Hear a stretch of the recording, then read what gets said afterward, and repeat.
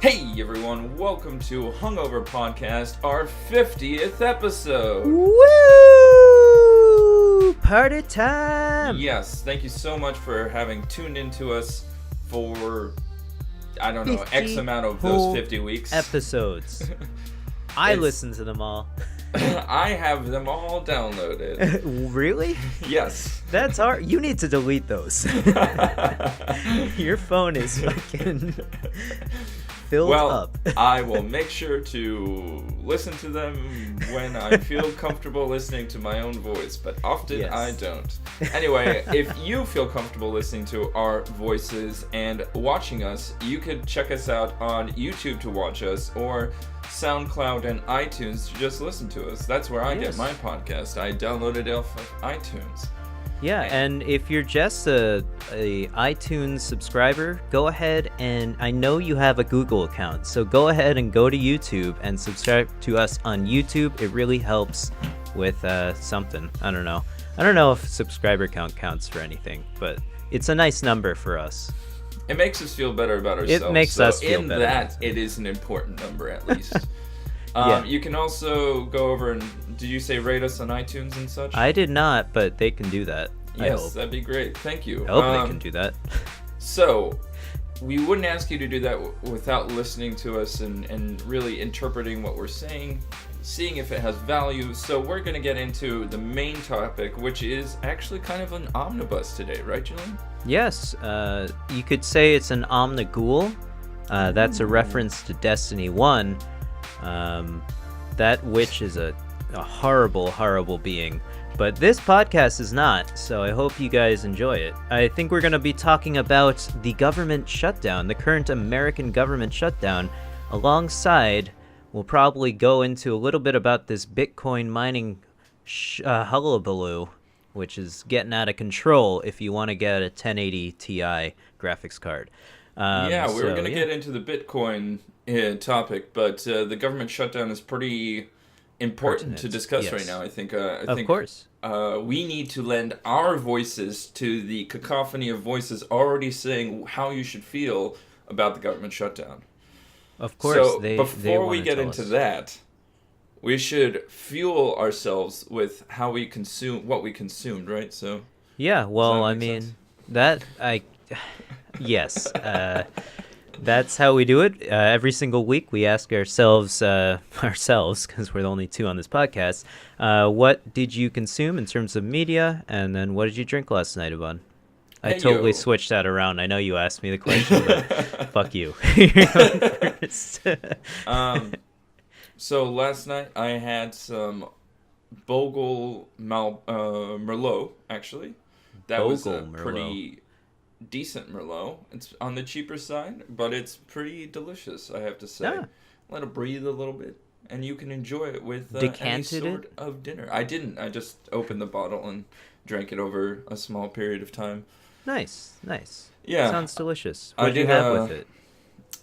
Garlic mashed potatoes, side salad, and I did a splayed cooked chicken. Okay. Roasted nice. So you cut out the backbone. Yep. Then you you kind of fold it out, and then I've got it on an elevated platform, like you cook a normal poultry, so that it's not sitting in its juices, so that it cooks nice and crispy. You get a really tremendous skin with that. Cook it at like 425 for an hour or so, depending on how big your bird is. I cooked it for about an hour and 10, and it came out pristine. Nice. Sounds good. Yeah, it was delicious. And so last night, while I was eating that, I got to enjoy a bunch of the Jackbox games, thanks to the flash sale. It was the first time I'd actually got to play them firsthand. I've seen a lot of videos of, YouTubers, etc. play them, and it looked like a lot of fun. And we set up an internet connection, so it was myself and my girlfriend, and then 3 other people that were in a different space, and we had like a video conference going where I was share screening my OBS setup so that they could see. Wait, you guys played from your room?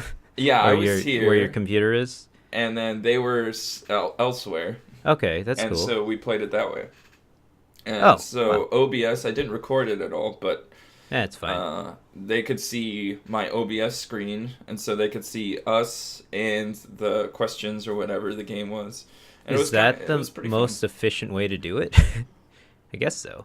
It was the quickest answer I could come up with at the time. That okay. I feel like you used like 3 more programs than you needed to, but that's good.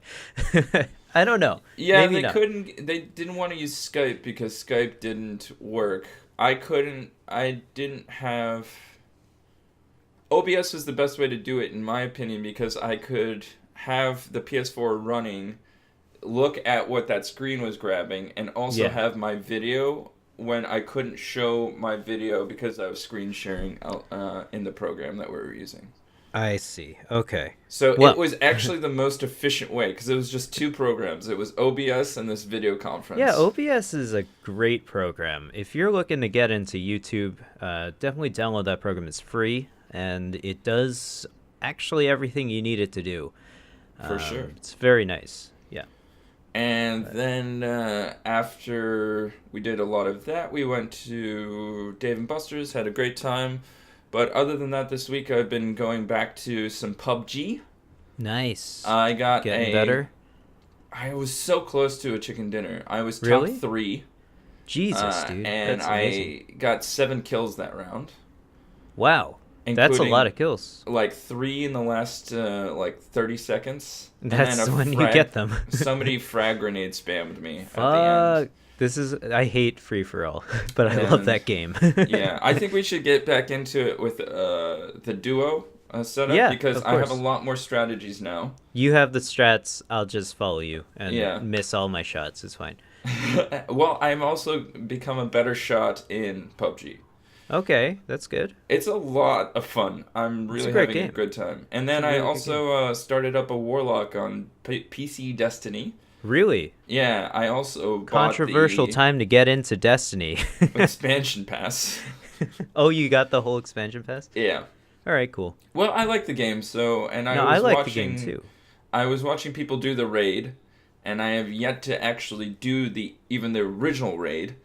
Yeah, well, So I really wanted to do it, and it looks better on PC. So I was like, course I'll it does. try it on PC. So Yeah, I haven't done the raid on PC yet, but obviously I've done I know everything that we need to do, so because well, I've done I it on watched PS4. about 4 to 6 hours of an 8-hour take on the raid. So I 8 know hours? Who Yeah. the fuck is playing for 8 hours? It was 2 different sets of Funhouse did the raid, and they couldn't get it accomplished in the 8 hours that they tried Dude, because they had 2 I give up- underleveled people. Oh my god. I give up after 2 hours now because if I'm not going to commit that much time to it, but we can if you tell us in the comment section below if you want to see us do a Vaughn's first raid in Destiny 2 on the channel. That would be pretty cool to do. I think that'd be pretty fun. Yeah, man, and I've got every single thing packed down.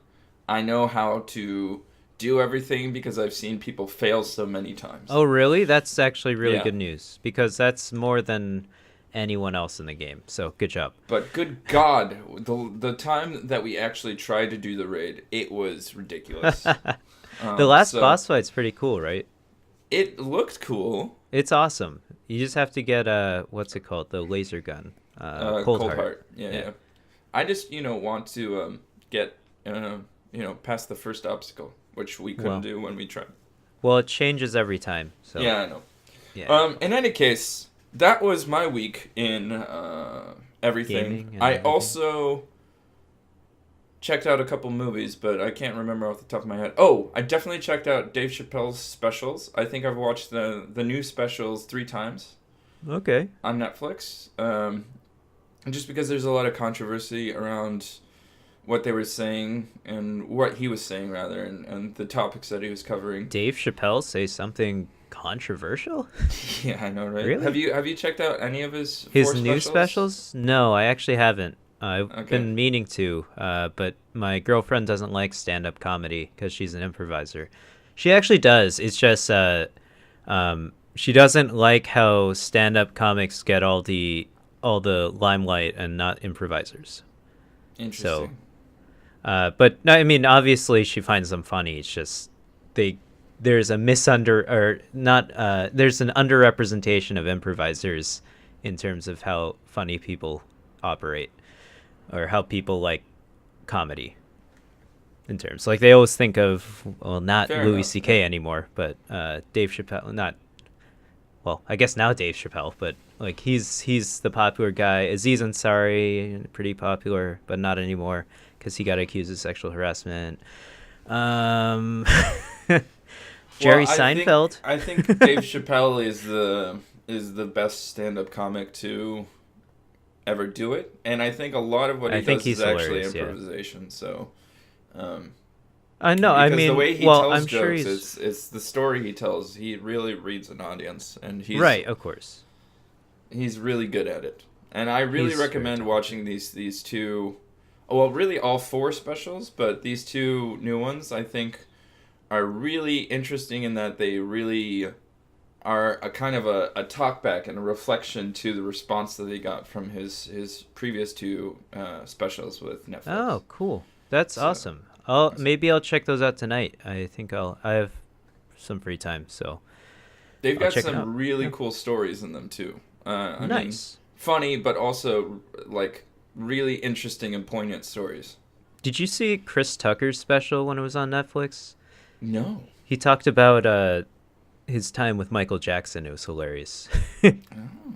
It's very funny because he's in one of Michael Jackson's music videos, and it's like the funniest music video. You know, I Interesting. don't know if you've ever seen Michael Jackson's music videos at I've all. seen a few of them, yeah. Well, it's you know how he always tries to incorporate like a broader story now, Yes. or at least nowadays, or not nowadays, but his older ones. And there would be just sequences which is no music at all, and it was just acting out a story. It was pretty cool. So Chris Tucker's in one of them. It's actually really awesome. I think Oh, it's on interesting. YouTube. I'll have to check it out for sure. Yeah, he says Jamone a lot. So if you can guess. Nice. All right. Okay. How about what? Enough about me and my things. Enough about me. Tell me about you. Yeah. So this week I got caught up on a lot of gaming. I think Street Fighter V Arcade Edition finally came out, and they gave everyone Sakura for free, which is one of the newest characters in Season 3. They gave for it's a free trial period, but I got the season pass because I'm really looking forward to all of the characters that are coming out. Even though Wasn't there Capcom's still getting more money from me. What? some controversy with Sakura in terms of how her relationship with what's his name is? Ryu? Yeah, Ryu. She just likes Ryu, man. She's Ryu. I think the story. I think Sakura is the coolest character in Street Fighter lore, and she's definitely my favorite by design and in terms of her fighting style, and also just her story. I think she's a really cool character. I don't know this controversy. Basically, he's Ryu. He's always striving to be better and fight stronger people so he can become better. And that's the whole idea behind fighting games, I guess. If you play fighting games, you always want to be better at fighting games. So you always try to fight better people, and taking a loss is actually a good thing for you because then only if you learn something from it. So that's the whole point of fighting games. You got to learn from your losses. And Sakura is trained by Ryu, and I think she's a really cool character because she has a similar archetype in the way she plays. She has her Shoryuken, her Hadoken, and the spinning kick thing. But they're all slightly different because she's not as powerful as Ryu because she's just a schoolgirl and she's still learning. So her Hadoken does not go... it's not full screen like Ryu's, and it's not nearly as large. But I like all her combos. I think they're really cool. And her Shoryuken is not... is sort of like almost like a mix between Ken and Ryu's, but it's more horizontal than it is vertical before it goes vertical. So it's actually a pretty useful move. Okay. But she's a really cool character. I'm really happy with her design in the game. I think she looks pretty cool. I don't know about this controversy. Did you look it up? Well, it's some like Sakura wants to have Ryu's child. Oh yeah, I played that stupid story bit. The story doesn't matter. It was just maybe it was mistranslated. She said no. She said she wants to have a kid. Um, Yeah, but the implication being that she wanted to have it with Ryu. she said that she didn't want to have it with him. So I don't understand. I literally remember what the exact story lines. I'm pretty Oh, sure she says I didn't mean that we would have one together. I think the implication before that is that yes, it's awkward that she said she wanted to have a kid, and then it could be implied that it would be with Ryu, and then she takes a step back and says I didn't mean to be with you. I just said I wanted to have a kid. I think that's what she said she exactly. said she didn't want to have it right now, Okay, never mind. but not. Yeah, Well, I don't see. Okay, well, yeah, that's weird, but she doesn't explicitly say it, but yeah. implicitly it's Okay, possible well, to interpret. Capcom's fucking weird, all right? So, I don't know.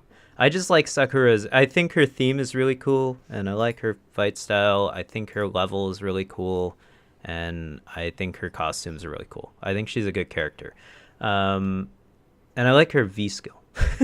But aside from that, I got into some. I played Overwatch on my Smurf account. No big deal. Yeah, I've been playing a lot of Diva. I've Which been is rising. your Smurf account now? I don't know because I haven't done. You haven't done your fucking placement matches with me on my other account. Fair enough. Can you do those with me at some point this week? Yes, Okay. I promise I will this week. Okay, that's good. I need to figure out which one's my Smurf account, but I've been slowly rising. I got out of 1,000 rating SR, Yes. and now I'm up to 1,200. So, all I changed was I played Diva, and I consistently get like 30 kills a match, and I hope, and like 4 gold medals, and sometimes we still lose. So I don't know what's going on. No, but I think I went on a 3 or 4 game win streak just now today, so that was pretty good. And then I've been catching up on stream a little bit on Persona 5 I played, and also just before we started talking I was playing Xenoblade Chronicles 2, which was pretty awesome. That game's fun. And yeah, so I'm doing all right in the media realm, and I haven't really consumed any alcohol this week. Because Good for you. I'm trying to stay inside. Good for my health, right? Yeah. Yeah, I wish. Well, whatever. My blood pressure has gone down because I've actually done a lot more healthy things. The real thing that I binged on this week is exercising. I made it to the gym, I think, 5 or 6 days in a row. That's impressive. That's Yeah. a lot of days. Yeah, I still so go 3 times a week. I got my 5K time down to 8:16 a mile. Wow, it's probably So- better than me. Well, probably not. I don't In all honesty, I don't no. know. You're a I very don't run fast anymore. runner. I just do the bike. But I've also started to do more ab circuits, and I'm switching to Nice. a new 5-day split. What is that? So it's 5-day split is basically you do 5 days of working out a different muscle group each day. Yeah. But you also do abs every other day that you do the workout. Oh, I see. It's basically done so that you can maximize the muscle group that you're working with. So it's high intensity on that muscle group, but you Okay. get a lot of rest in between working that muscle group out. That's pretty sweet. Okay. So it's the number one 5-day split as voted on by bodybuilding.com. So I'm going to try Man. that out.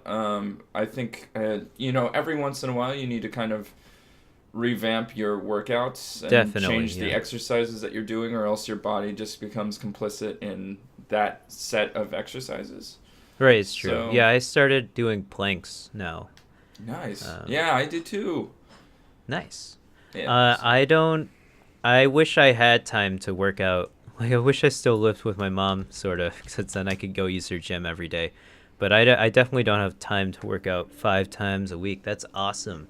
I wish I could. Oh, well.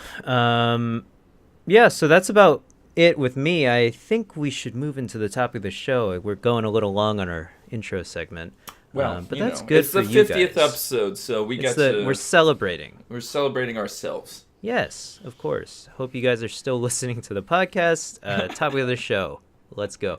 Ivan. Yo. The U.S. government shut down. What the heck does that mean? Well, 2018. Yeah, so what happened was that in order for the government to function, it needs a budget.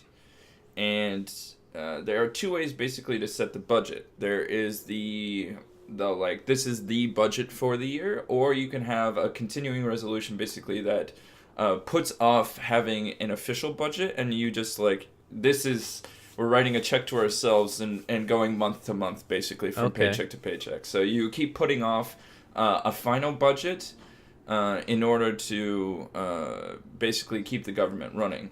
That's interesting. And I see. Friday at midnight was the time to finalize this temporary budget, basically.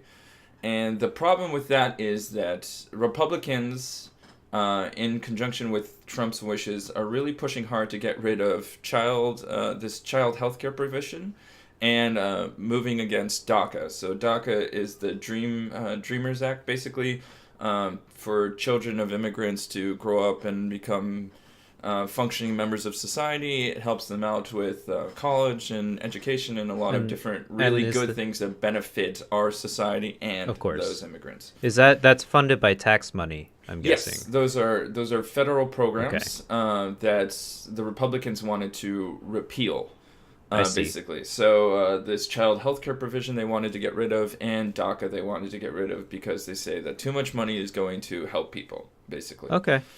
I mean, sounds like that administration. Sounds about right. Pretty on point. And so, Democrats have been pushing really hard in order to preserve these, because think about some of the key demographic groups for Democrats going forward. The Latino population is one of them. Definitely Latino population. And so DACA is an important issue for Latino people, also for people who are allies of, children. People who have children. Yeah, so yes. Also this child health care thing is an important part of working class politics and making sure Democrats are supporting that kind of group. Okay. So these are core Democratic issues that I think it is really poignant for them to make sure that they are putting their stamp on what their issues are and fighting hard for them, especially right now when like polls say, and just the general knowledge is that the party that's in power is held more responsible for a government shutdown than the party that isn't in power, right? Right, so and it's interesting because there's a difference between this one and the one that happened in 2013 that was led by Texas Congressman, what's his name? I don't know. Everybody hates. Ted Cruz. Remember in 2013 there was another government shutdown. I remember Ted that. Cruz was the main leader of that shutdown, and it's really helped him because he's the president. Oh wait, because he's really in charge. Oh wait, because people really don't like him. No, yeah, so the government shutdown that he led really didn't help him. So yeah, so that's basically where we are. And what that means in terms of what it means for a lot of people is that a lot of non-essential things get shut down, basically, like parks and federal parks and things like that will get shut down, and only essential operations that keep the government running, that keep people in line, in order, that keep us protected, like those things will continue to function. That is a good question. USPS stay open? I think USPS would stay open because it is kind of like it's a quasi-federal program. Mm-hmm. And obviously our army's still going strong, but because nothing can shut that shit down. Well, that sounds real fun. So basically they have to decide upon a budget, and they're sort of in this constant everything's been frozen, right, in the government. Nothing can operate regularly, and until they Oh. decide upon the budget, and then they can spend the money to start operating, right? That's Yeah, the actually, general. interestingly enough, the national parks will stay open. Oh, So Social Security checks will continue to be mailed out. Military will remain on the job. Active duty military. okay. Veterans of VAs will continue. The USPS will continue because it has its own revenue stream. Travel, national parks, they're attempting to keep them open, as opposed to the last two shutdowns, Oh, okay. in which they closed. That's nice. You can still go on vacation. Possibly, That's yeah. pretty sweet. Some museums, courts and justice, legislation, and most federal agencies will be closed. Department of Education, IRS, some of their main functions will continue. So yeah, so there's an NPR news story that basically covers a lot of the things, but it's intriguing to see what will continue to be open, what will continue to be closed. But what the main important thing is that we don't really see any movement towards coming together towards the center right now. Right, I see. So no one wants to compromise because if the Democrats compromise, they're probably going to end up losing all the children. And if the Republicans compromise, then they're going to be helping children, I guess. Yeah, so why would you want to do that? Yeah. Basically, the Democrats are in a position of power right now in terms of they are not in power, but they have a good majority in the Senate, for instance, thanks to Doug Jones winning in Alabama. So they have a good sized minority. They're not a majority, but it's 51-49, so it's very close. Yes. So Democrats have a lot of power right now to make sure that the things that they hold as core principles are maintained, and it's important to see this fight happen, especially with the amount of protests and things going across the country, to make sure that their demographics are being represented properly. And so in 2018, when the next cycle of elections comes through, they can do some damage to that disparity of representatives in Congress, and they can really try and push for a greater majority, a greater share of seats in the House, and see what they can do in terms of pushing majority in different areas. I see. That's very good. Very good. So what do you think the likelihood of the Democrats holding on to their ideals here is? Do you think it's That's a difficult like question a 51 to answer. to 49% chance? I think that right now it is essential for Democrats to hold on to what they need to hold on to. Yes. And Trump has put himself in a position where it's either the Democrats concede or he doesn't accept anything that's going to happen. Not that he has a lot of say in the matter, but it's his leadership that is really pushing members of Congress to go in that direction. So I think it's pretty controversial to say the least, and I think that Dems have to stay where they are. And as a supporter of democratic ideals, and I really am with them in terms of preserving everything that they can to help DACA kids, and child healthcare is always good, so I don't see what the point is. But Right. I'm pushing for them to make sure that they're there. If you are similarly inclined, make sure that you call your representatives, as we are always trying to get the people who listen to our podcast involved in politics. Yes, please. In terms of making sure you contact your representative. If you're et cetera. American, that would be good. Yes. So make sure that if you are supportive of these claims or these ideas, that you're telling your representative, keep the good fight going.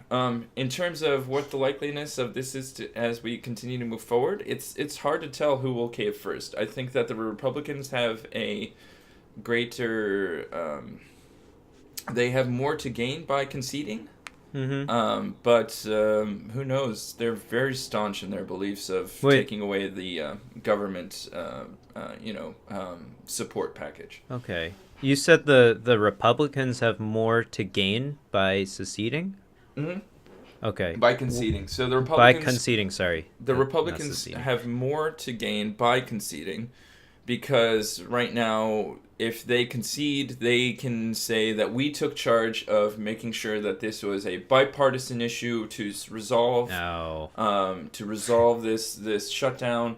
That it was the Republican leadership in terms of balancing out what needed to be balanced, and even though the Democrats held fast and were held a knife to the throat of the American people by keeping this shutdown in progress, it was the Republican leadership that came together and brought the country together and healed and united the Congress in leadership. So basically, even if the Republicans concede, they can find ways to kind of show that they are powerful. However, it can be problematic with the base. Since Trump has come out against these things, the Trump base will be against anybody who concedes. And presumably, people who are donors in that realm would also be against those kinds of people.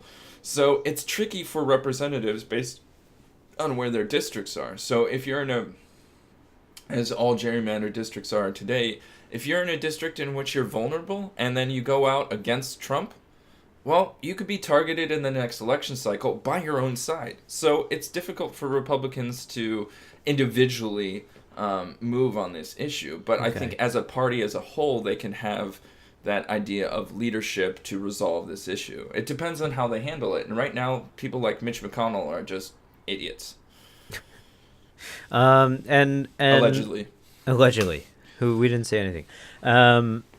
Now, how long did the last government freeze or shutdown take place, or for how long did it go on for? It was like 2 weeks, if I remember. I think it was 2 weeks too. And do you think this one will be a similar amount of time, or do you think it'll be resolved on Monday? I don't, as it stands Monday now, night. I don't think it will be resolved by the time this podcast comes out. Okay. So that's good news for us. I think we got some time. Yeah. All right. Well, Ivan. It was 16 days long in 2013. 16 the days. longest. So in our lifetimes, this is the third time that the U.S. federal government has shut down. Right, yeah. The first one in 95, 96, when my family was trying to go to Big Bend National Park, and we were told we couldn't go in because the government shut down. We were there right when this happened. It was great. And then so you were directly affected by it. Yeah, so directly funny. affected.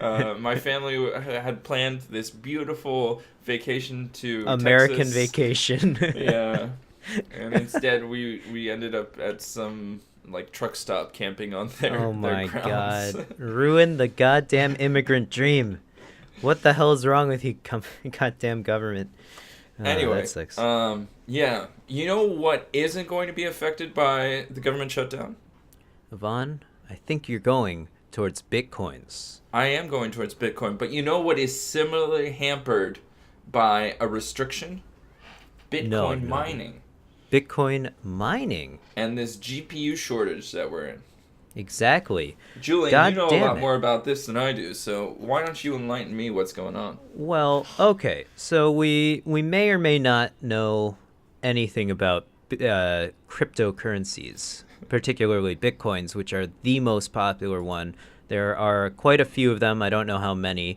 But anyone who knows anything about cryptocurrencies knows about Bitcoins. So Bitcoins were originally made, if I'm not mistaken, or conceived of in order to take the bank's power away from the banks who hold all our money and control all our money. If a bank goes bankrupt and you had your money there, then you're fucked. But if you have your money in Bitcoin, that's not necessarily true. Well, yeah, it's not necessarily true. Because but that's what the Bitcoin people think. Great Depression, there was the FDIC, so part of your money is guaranteed. Okay, fair enough. Yeah, and if you have gold, well, then your money is gold. Yeah. But Bitcoins, I believe, were the original intention of the people who invented them was to basically take away power from the banks, because the banks do have quite a bit of power over our currency and inflation, etc. But so basically, it sort of ends up being sort of like a stock. When you buy a cryptocurrency, you're transferring money into a virtual wallet, and then you're using the money in that through like PayPal or something, using that money in your virtual wallet to buy a portion of or a whole Bitcoin, because currently I believe Bitcoins are maybe $11,000 each. Of course, that changes every day, so don't quote me on that. So basically, you can buy a portion of a Bitcoin, and now your money is represented by a Bitcoin, which has its own sets of ones and zeros. So it's a code. It's an electronic currency, if you will. And basically, you can make transactions using Bitcoin. You can buy, I think, even in the real world, IRL. Like you can go to some stores accept Bitcoin currency, so you can pay with your Bitcoin. I would never suggest doing that because you're automatically losing out there, because Bitcoin is just worth more than real money now, which is crazy to think. But essentially, it sort of works out like you're buying shares of a company, if you will. But the company is global and not reliant on actual the success of a company. Unless Bitcoin's a company, I'm not sure if it is. No, that's kind of the whole issue with how right. Bitcoin works. So Right. Bitcoin was developed, you're right, in the direct aftermath of the 2008 financial crisis, as a response to Too Big to Fail. Mm-hmm. So The Big Short, right? The Big Short, was it? Yeah. Wasn't it part of that? That whole thing. Yeah. So the Big Short was people who made money off of the greed and um, short-sighted gambling of lots of these big banks. Mm-hmm. So, long story short, the removal of Glass-Steagall by Bill Clinton allowed for like speculative banks, investment banks, and savings banks to merge into one. Speculative banks basically leveraged out like many times the amount of money that they had. So what that means is that they're like, if they for every dollar they invested $64 in something else. So basically, they didn't have enough money to pay out if something didn't work. So like when you have a collateral on a house, right? Right. You put that house or whatever as a collateral, but it's basically like you buy 64 houses for the price of one. So if anything goes wrong and you get that investment gets swept out from under you, you have to pay it back. You don't have the money to pay it back. But It was done on such a great, tremendous scale that everybody was tied into it, basically. And so you have all these major banks leveraged out beyond belief. They are buying up and speculating on the housing industry that, in their epistemological view, could never go down. Housing prices always go up. So when they're buying these bundles of mortgage loans, basically, they don't know what's inside of those mortgage loan packages. You get tremendously toxic values where people who have like $2 in their bank account can buy $1 million homes, basically. And the bank is like, well, we'll foreclose on the house and then we'll own the house and sell it back.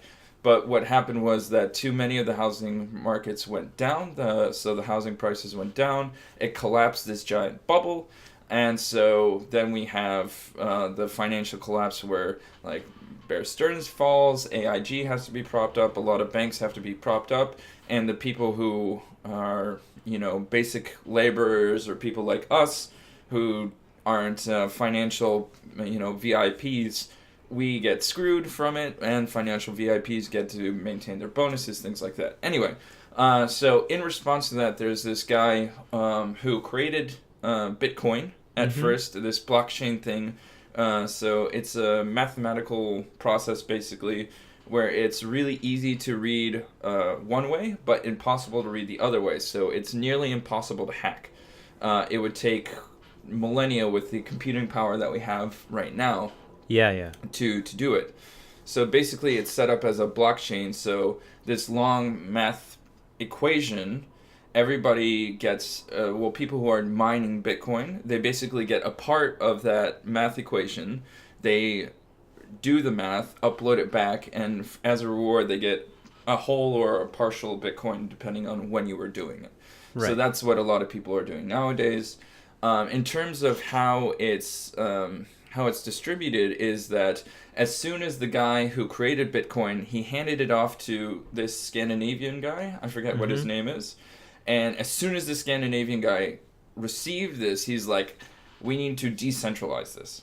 So he spread out the responsibility for Bitcoin management across the world. And that's kind of one of the problems with Bitcoin as it goes forward, is one of the hindrances of Bitcoin, and the reason that Bitcoin as a whole can't really do a lot of maneuvering, it can't fix code or decide which process or direction to go in, is due to this decentralized system of decision making. So it's very difficult for Bitcoin as a currency to make decisions or to change anything. So basically, you could change the size of the blockchain or do something else, because the original blockchain was designed for computers back when Bitcoin started, but computers, CPUs, GPUs right now can process a lot larger scale like blockchains.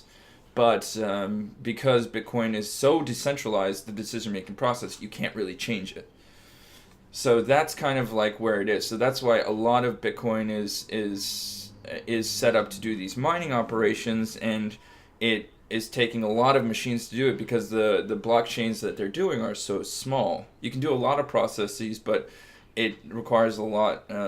It's just the way that the system is set up to begin with, it's not as efficient as it could be. And so it creates these kinds of bottlenecks where CPUs aren't improving. You can use the GPU to do that, and that's why we're getting our GPU shortage nowadays. Yeah, so basically there's a shortage of GTX 1080 Ti's, which if you're trying to buy a computer, that is pretty much the best graphics card money can buy commercially right now, unless you want to go into super niche graphics cards that cost like $3,000 and do one specific task very well.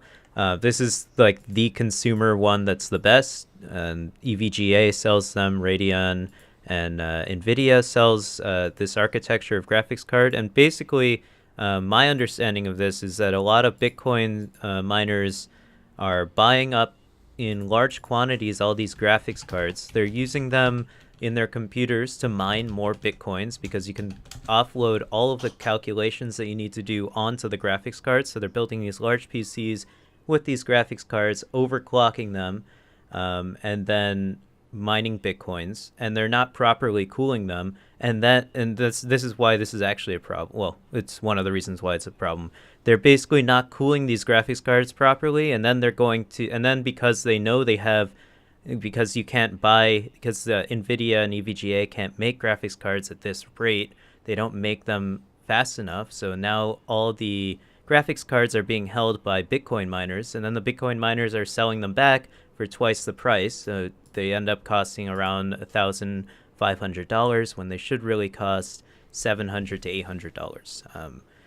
And it becomes a problem because now you're buying a secondhand card, and it was overclocked, it wasn't cooled properly, so now you're screwed. But then the person gets $2,000 for that, buys some more graphics cards for cheaper because they're watching when new batch of graphics cards comes out, and then it's a vicious cycle as you were, and they get more Bitcoins, and they get more graphics cards, and they get more money, and this is how people are getting very rich off of Bitcoins and mining, I think, anyways.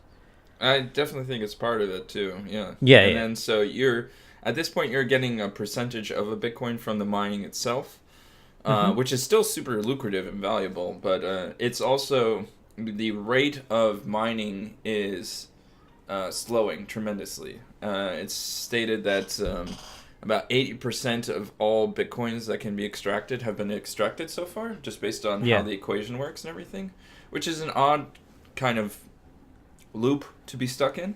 I think that there's still a room to grow. But there are other cryptocurrencies that you can mine and be a part of. So it's not like there's a shortage of these things, but it is. I think it's definitely a bubble because people are like, cryptocurrency, Bitcoin. I'm going to invest. Even us.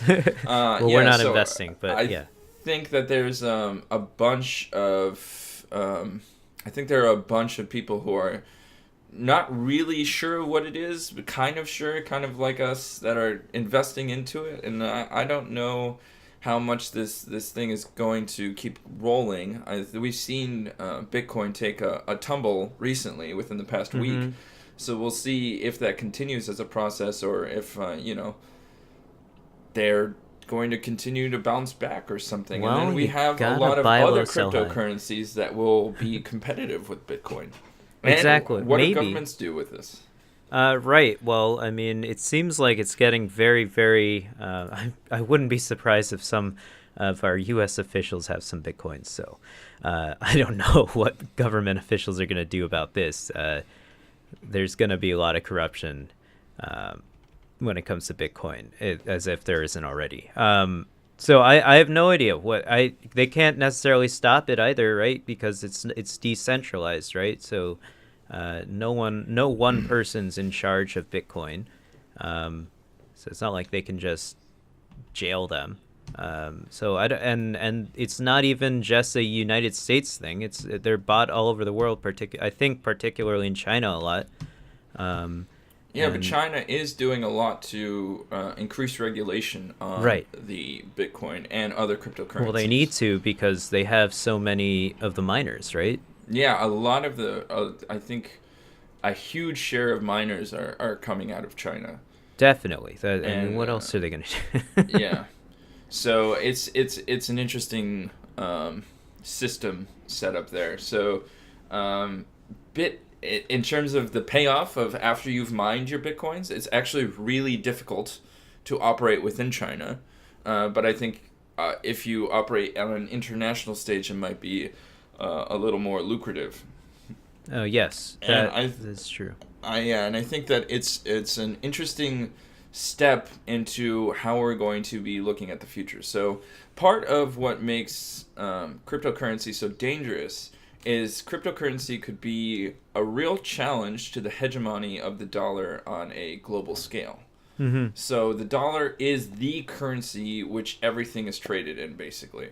So oil prices are marked in dollars, precious metals, car sales, everything. Yeah. So what does that mean? That means that whatever business you're conducting, you basically have to take your national currency, convert it into US dollars, then do your trading exchanges, and then you can convert it back into your local currency or keep the dollars. Some countries just accept dollars, the United States currency, as a transaction currency. Right. Countries like Zimbabwe, they just take the Zimbabwean dollar pretty much doesn't exist.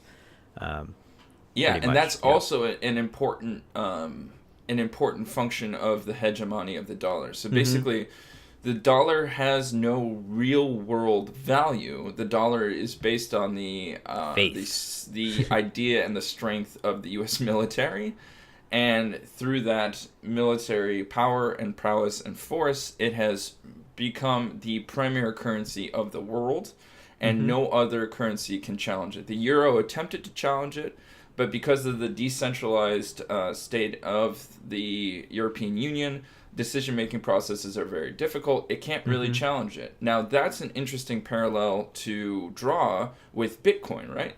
So if the EU didn't have enough power and decision-making process to deal with rises and falls and different things that needed to be adjusted in order to balance out or trade at the same level across the world as the dollar, we'll see how Bitcoin can compete, because a large part of the reason that the euro couldn't withstand the pressures that the dollar put against it as a world currency is because of the decision-making processes and the unequal levels of the economies within Europe.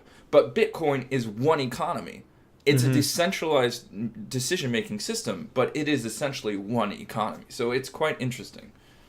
Yeah, it's I have no idea where it's going to go. I did not get my degree in economics, so I don't know how to monitor these patterns, but it seems like it's become very, very popular in the past what 3 years, I would say, in terms of the price of bitcoins and the amount of miners, and we of course recently saw a crash, but I honestly don't think I think now that Bitcoin is becoming even more popular in the media, I think people are going to be trying to buy in, thus I think raising the price, right? That's how that works, sort of, in some Yeah. ways. So the reason that Bitcoin, the price structure is such is that because there are a finite amount of Bitcoins that have been created thus far.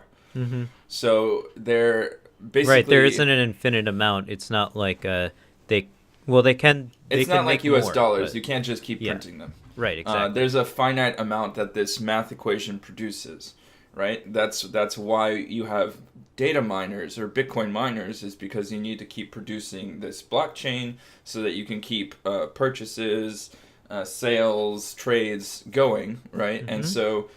so this mining creates more Bitcoin, but it also maintains the amount of Bitcoin that are produced to date.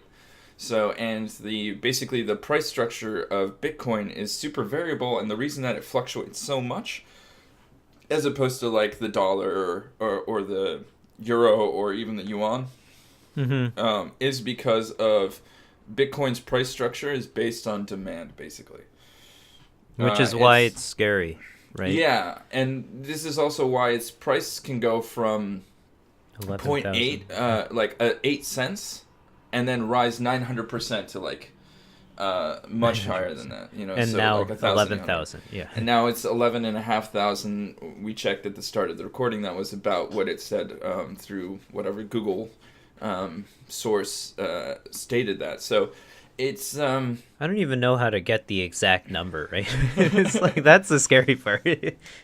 yeah. So there's and it dropped below $10,000 for the first time since early December. So the Bitcoin, the reason that it's such a weird currency right now is there's no way to enforce its price, and Mm-hmm. it basically flows too hard. It's like a very volatile stock, um, with an increasing amount of Bitcoin added every day.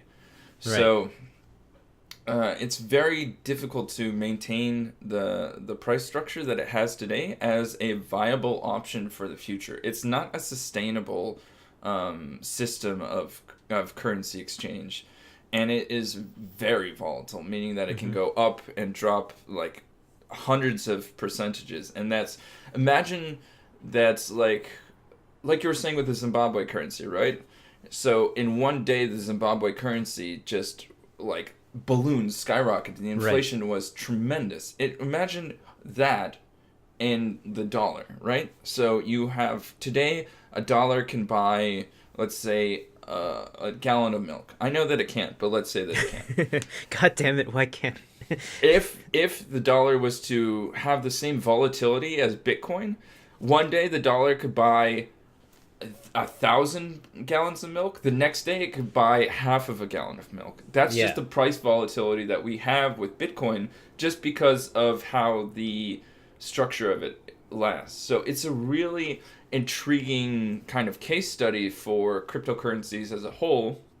And it's also intriguing because there's no real regulation on it. So like lots of drug markets, internet drug markets, etc., can go through Bitcoin. It's nearly impossible to trace, or impossible to trace, given the current standards of Mm-hmm. technology that we have.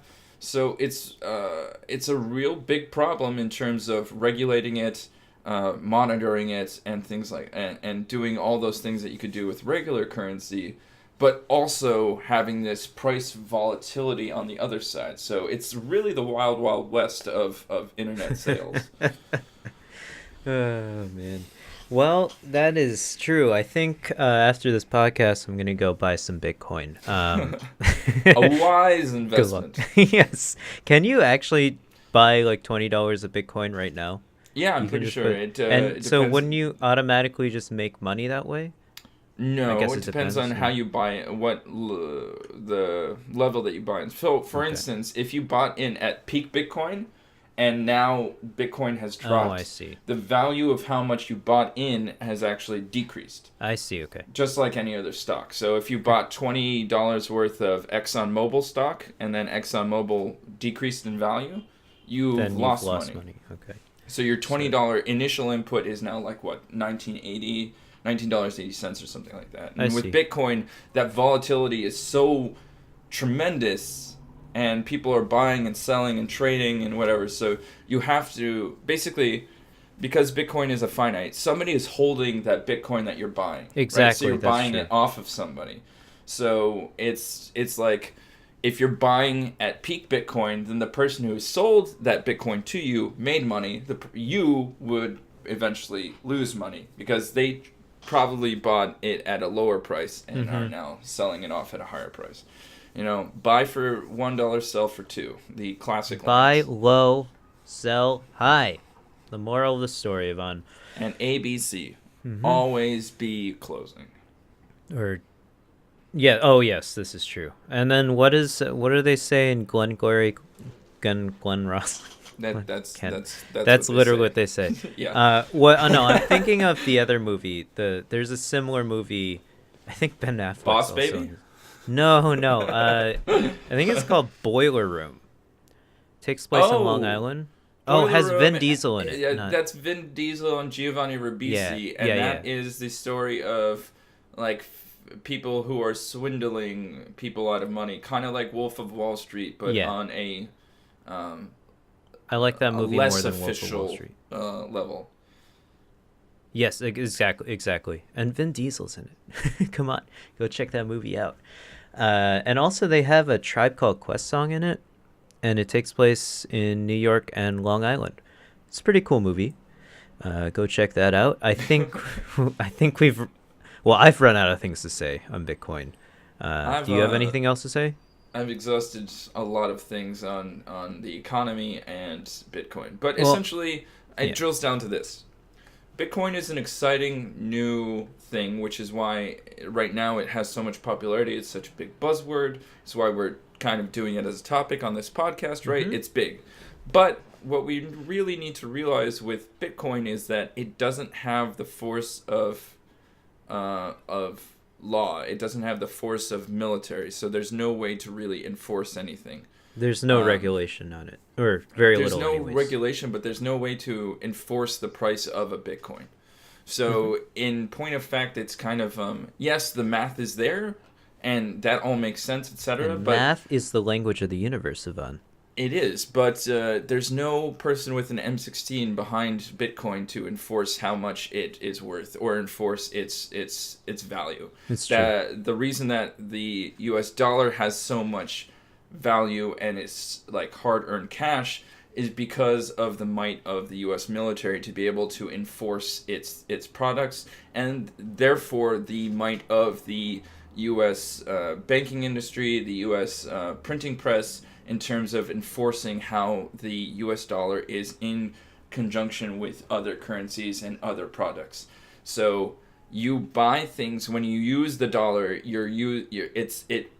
It buys tangible goods. When you use Bitcoin, it's just this ethereal idea. Well, So yeah. it's really the opposite of what Adam Smith was talking about, I think, in many respects, because Adam Smith was against this idea of rentier policy. So he one of the things that he wanted to promote capitalism for is that under the aristocracy, they could earn money off of nothing.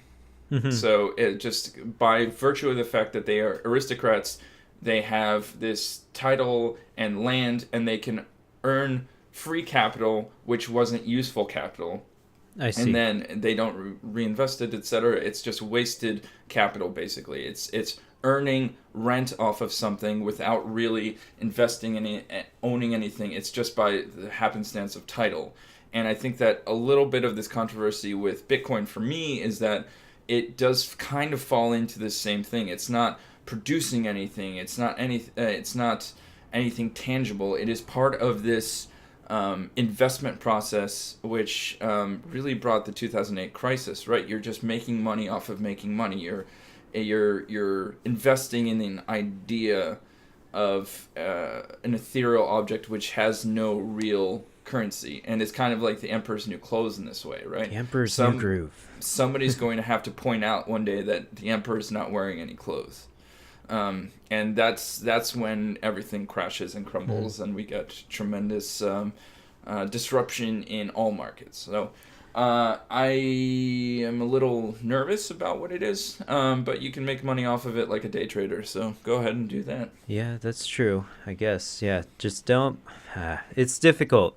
But I guess on a lighter note, I believe NVIDIA is the graphics card company, is encouraging retailers to only sell graphics cards to gamers and or people computer enthusiasts who actually need them for their computer, instead of Bitcoin miners. So I think they're trying to fight back in whatever way they can. They're just the manufacturer, of course, and then they sell it to a retailer.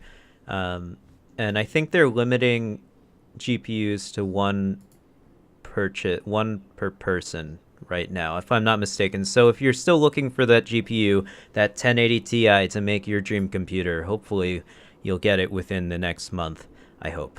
Nice. But yeah, I think Ivan's covered the topic thoroughly well. Thank you, Ivan. As usual, this is the greatest podcast on the planet of Earth. And I hope you guys enjoyed the podcast, but we end our podcast every single week in a segment called Hungover Radio. This is where you, the listener or viewer, can send in your music, the music of your choice, a song that you wrote or created, or maybe your friend did, and you want to promote it for free. We'll play it at the end of the audio portion of the podcast, and we'll link it out in the video portion if you send it in to gaminghungover@gmail.com. All the links are in the description below. I also want to give a shout out to Rebreak Radio, a YouTube channel that I got in contact with, and I hope we do a collaboration soon. They have a podcast as well. Go check them out. And I hope you guys enjoy their content. They do Let's Plays as well on their YouTube channel. Go check that out on YouTube. I think they're pretty cool. And hopefully next week we'll have them on our podcast. I think that might happen. Well, stay tuned. Stay tuned. Yeah, so that's all said and done. If no one sends in a song, I get to pick one, unless Ivan can think of one on the spot. No, I just wanted to listen to more Richie Branson, but we've already done him. Yeah, we can't do that. I'm sorry. I think that's highly illegal. Also, did you know YouTube, we literally can't monetize our videos. You have to have 1,000 subscribers and 4,000 hours watched within the last year now. In order to start monetizing your videos now, so it's difficult. It's hard out for we out here, you know. Well, it's good for those people that just rip things from TV and upload and don't get their stuff taken down, but get millions or hundreds of thousands of they're views. Just those the people best. Who are doing all the hard work, they can still monetize. Yeah. That's great. Thanks to all of them. But thank you so much. We who are doing we the hard should work have been one of those. We should have been one of those channels. What are we doing? No, I'm kidding. It was a joke. We are more creative than that bullshit. We definitely are. I hope you guys go check out our YouTube channel if you're just listening to the audio. I think also if you delve back into our podcast library, I think we have quite a few interesting podcasts for you. Not specifically about gaming, but around every topic. But again, if no one sends in a song, I get to pick one. Today, because I'm so hype on Street Fighter V Arcade Edition, which has really invigorated me to play the game again, I'm actually having fun playing it. I'm going to be playing, for us and you the listeners, the main theme of Street Fighter V Arcade Edition, which is different now, so hope you guys enjoy it. Till next week, I'm Julien. I'm Ivan. Thanks so much. See ya. Bye.